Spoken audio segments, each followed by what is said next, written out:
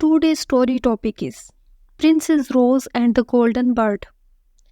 Once there lived a beautiful princess in the far away land who had lovely red hair, and she loved roses very much. She used to sing in her balcony every night when a golden bird will join her and sit on her shoulder. This will put everyone in the kingdom to a good and peaceful sleep.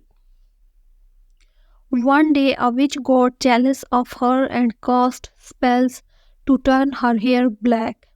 That day, when she sang in the balcony, everybody got nightmares and all were unhappy. The golden bird told her to wash her hair in the rose water and everything will be well soon. She washed her hair in rose water and her hair turned red again and she sang in the balcony and kingdom slept well.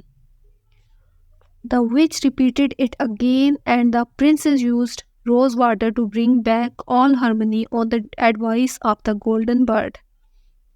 The witch soon realizes their secret and used the power to take all away roses from the kingdom. So this time, the princess was helpless and the golden bird advised to wait for a rose that comes to her by surprise one day and flew away. Days and months passed and one fine day a handsome prince came from another kingdom and gifted a beautiful rose and her wait got over.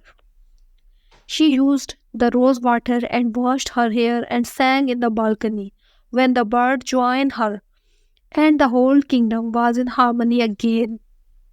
Today's story topic is Beginning shows the end. Blind people have a sense of touch that helps them see what they cannot see with their eyes. Once there was a blind man who had a super sense of touch. By and by, the fame of his extra keen sense of touch spread far and wide, and one day reached the king's court as well. The king did not believe it.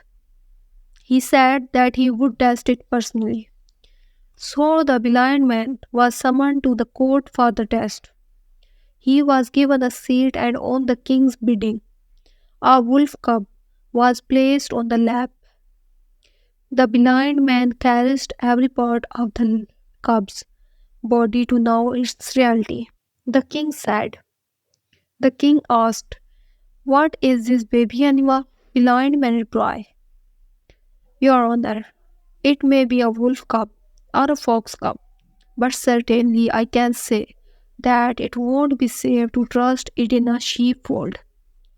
The king was highly pleased at the blind man's reply and rewarded him handsomely. Today's story topic is Infinity Kiss. There are some things money cannot buy.